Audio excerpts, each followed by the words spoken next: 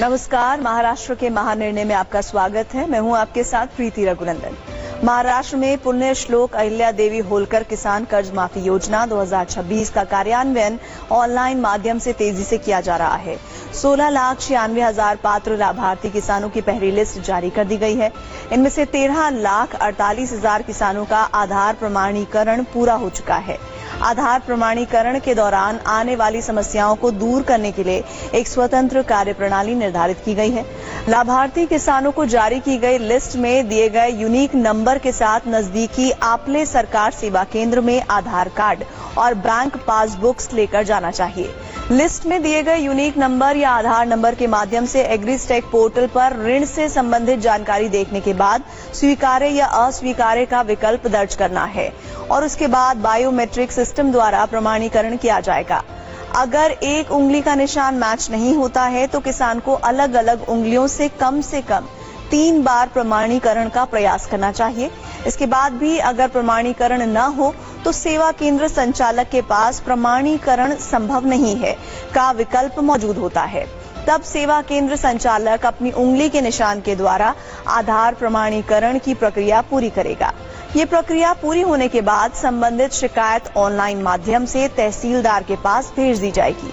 संबंधित किसान तहसील कार्यालय में अपनी पहचान प्रमाणित करने वाले दस्तावेज जैसे आधार कार्ड, बैंक पासबुक और 7/12 खसरा खतौनी प्रस्तुत करेगा। इसके बाद तालुका स्तरीय समिति द्वारा दस्तावेजों का सत्यापन करके व्यक्ति की पहचान निश्चित की जाएगी। मुंबई में Indo American chamber of commerce राष्ट्रीय परिषद 2026 का आयोजन किया गया। इस अवसर पर मुख्यमंत्री देवेंद्र फडणवीस और भारत में अमेरिका के राजदूत सर्जियो गोर सहित प्रमुख गणमान्य व्यक्ति उपस्थित थे। मुख्यमंत्री देवेंद्र फडणवीस ने कहा कि समृद्ध भारत के निर्माण के लिए महाराष्ट्र निवेशकों का पसंदीदा डेस्टिनेशन है। मुख्यमंत्री फडणवीस की उपस्थिति में महा डीबीटी 2.0 के तहत 29 नई योजनाओं का शुभारंभ किया गया। इसमें अन्य पिछड़ा वर्ग विभाग के साथ साथ उच्च और तकनीकी शिक्षा विभाग की योजनाएं शामिल हैं।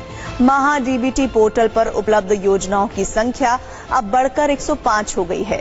सरकार का प्रयास है कि शासन की शेष सभी योजनाओं को भी चरणबद्ध तरीके से इसी एक मंच पर लाया जाए।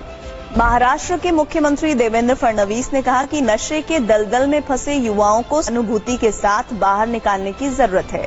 मुख्यमंत्री के वर्षा आवास पर नशा मुक्त महाराष्ट्र नीति के प्रस्तुतिकरण को लेकर एक बैठक का आयोजन किया गया। इसमें मुख्यमंत्री ने कहा कि नशा मुक्त महाराष्ट्र के लिए सरकारी तंत्र का दृष्टिकोण महत्वपूर्ण होगा। सिंधु दुर्ग के शिरोडा में ताज होटल के लिए एक त्रिपक्षीय समझौते पर हस्ताक्षर किए गए। ये समझौता मुख्यमंत्री देवेंद्र फडणवीस, दोनों उप मुख्यमंत्रियों और अन्य प्रमुख मंत्रियों की उपस्थिति में मंत्रालय के कैबिनेट हॉल में संपन्न हुआ। इस समझौते में स्थानीय समुदाय के हितों का विशेष ध्यान रखा गया है। मुख्यमंत्री देवेंद्र फडणवीस की अध्यक्षता में मृदा और जल संरक्षण प्रबंधन को लेकर एक बैठक आयोजित की गई। इस दौरान राज्य में जल संरक्षण के कार्यों, जल स्रोतों के पुनर्विकास तथा विभिन्न विभागों के समन्वय से जल प्रबंधन को और अधिक प्रभावी बनाने पर विस्तृत चर्चा हुई। नागपुर की पहचान माने जाने वाले ऐतिहासिक अंबाझरी तालाब का मुख्यमंत्री देवेंद्र फडणवीस ने जायजा लिया। अंबाझरी तालाब की सुंदरता और उसके पर्यावरणीय महत्व को बनाए रखने के लिए नगर निगम द्वारा चलाए गए जल कुंभी उन्मूलन अभियान का मुख्यमंत्री ने निरीक्षण किया।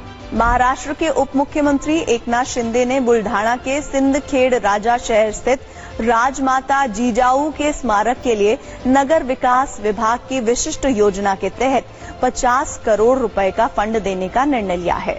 शिंदे ने राजमाता जिजाऊ के स्मारक के काम को गति देने के निर्देश भी दिए हैं। इस 50 करोड़ रुपए के फंड से जिजाऊ मान साहब के स्मारक के साथ साथ इस क्षेत्र की सड़कों और आसपास की अन्य सुविधाओं का विकास किया जाएगा। बीड के परली वैजनाथ में 634 करोड़ रुपए की लागत से बनने वाले पशु चिकित्सा एवं पशु विज्ञान महाविद्यालय का शिलान्यास और भूमि पूजन समारोह उप मुख्यमंत्री सुनेत्रा पवार के कर कमलों द्वारा संपन्न हुआ। इस योजना से मराठवाड़ा के छात्रों को उच्च स्तरीय पशु चिकित्सा शिक्षा मिलने के साथ साथ स्थानीय किसानों की समृद्धि को भी एक नई दिशा मिलेगी। महाराष्ट्र के महानिर्णय में इतना ही। TV9 भारतवर्ष पर खबरों का सिलसिला जारी है।